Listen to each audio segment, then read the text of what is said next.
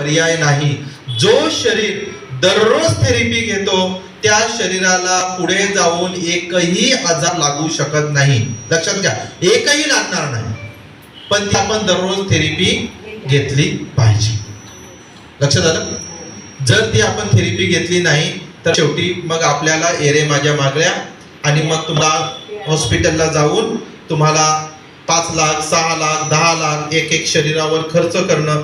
एका घरामध्ये 5 माणसं असतात, 10 माणसं असतात, 6 माणसं असतात. आपला जे पण काही आपली इन्कम असते ती इन्कम जर आपण जर सगळी शरीरासाठी जर खर्च केली तर मग फायदा काय? काहीच नाही. काय फायदा झाला मग? अरे ह्या शरीरावर आपला एकही रुपया खर्च होता कामा नाही. एवढं शरीर आपण मजबूत ठेवलं पाहिजे. या शरीरामध्ये असं थोडा सुद्धा केमिकल आपल्या जाता कामा नाही. एवढं नॅचरल आपलं शरीर आपण ठेवलं पाहिजे. पण आपल्याला कळत नाही. पण सांगणारा एखादा माणूस आला ना का त्याला आपण मूर्खामध्ये काढतो. हो, असं कुठं असतंय का? त्या थेरपीला गेल्यानंतर मणक्याचा प्रॉब्लेम का सॉल्व्ह होतो का? मग इथे येऊन बघ ना बाबा. असे हजारो माणसांचे आम्ही मणके दुरुस्त केलेले आहेत. लाखो माणसांचे मणके आम्ही दुरुस्त केलेले आहेत कोणत्याही प्रकारची शस्त्रक्रिया न करता. आणि त्याचा अनुभव आज तुम्हाला इथे आलेला आहे. हो की नाही? आलेला आहे ना? म्हणून थेरपी महत्वाची आहे. थेरपी म्हणजे कसं माहितीये का? समजा ही मशीन आहे, ही मशीन आहे. या मशीनवर आपण काय केलं? झोपलो.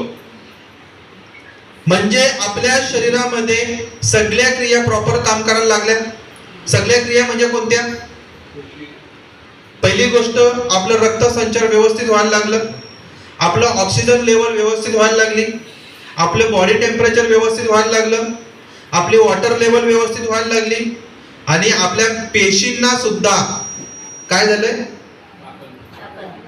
फेरफटका म्हणजे पायाकडच्या पेशी, पायाच्या ठिकाणी जे ब्लड साचलेलं असतं त्या सगळ्या पेशी रक्तसंचार प्रॉपर असल्यामुळे त्या पूर्ण शरीरामध्ये भ्रमण करायला सुरुवात झाली.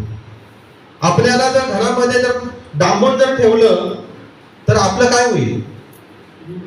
आजारी पडू ना आपण. बरोबर आहे की नाही? ना आपण जर फेरफटका मारायला जर गेलो, व्यवस्थित सगळं फेरफटका मारला तर फ्रेश वाटतं ना. मग आपले पाय जर सुस्त आहे, हे ब्लड